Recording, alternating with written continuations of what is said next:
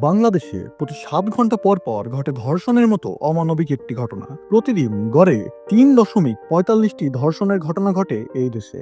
আর প্রতি ৮.৮ দিনে একজন নারী ধর্ষণের পর হত্যার শিকার হন। হিউম্যান রাইটস সাপোর্ট সোসাইটির তথ্য বলে, গত ৫ বছরে কমপক্ষে ১১,৭৫৮ জন নারী ও মেয়ে শিশু নির্যাতনের শিকার হয়েছে। এর মধ্যে ৬,৩০৫ জনকে ধর্ষণ করা হয়েছে, যাদের মধ্যে ৫৫%-এরও বেশি ছিল শিশু, যাদের বয়স ১৮ বছরের নিচে। এদিকে এই সময়ের ভেতরে ১,০৮৯ জন নারী ও কন্যা শিশু ধর্ষণের শিকার হয়েছে এই দেশে।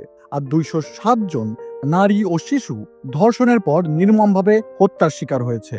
তাদের মধ্যে ১১৮ জনই ছিল শিশু। অন্তত ৫০ জন ভয়াবহ ট্রমা সহ্য করতে না পেরে ধর্ষণের পর বেছে নিয়েছেন আত্মহত্যার পর।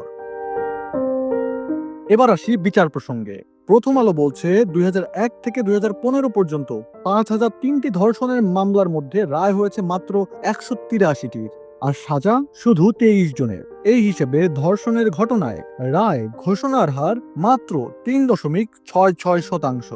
আর জেনে অবাক হবেন, অপরাধীর সাজা হবার সম্ভাবনা ০.৪৫% মাত্র।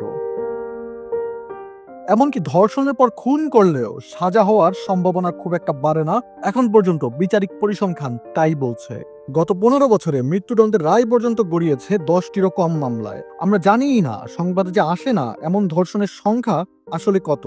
পরিবারের ভেতরে যা ঘটে তার হিসেব আমাদের হাতে নেই। যেসব ঘটনা চাপা পড়ে যায় তার কোনো পরিসংখ্যান নেই। কিন্তু যেই পরিসংখ্যান আছে তাতে দেখা যায় এই দেশে চুরি করার চাইতে ধর্ষণ করা সহজ।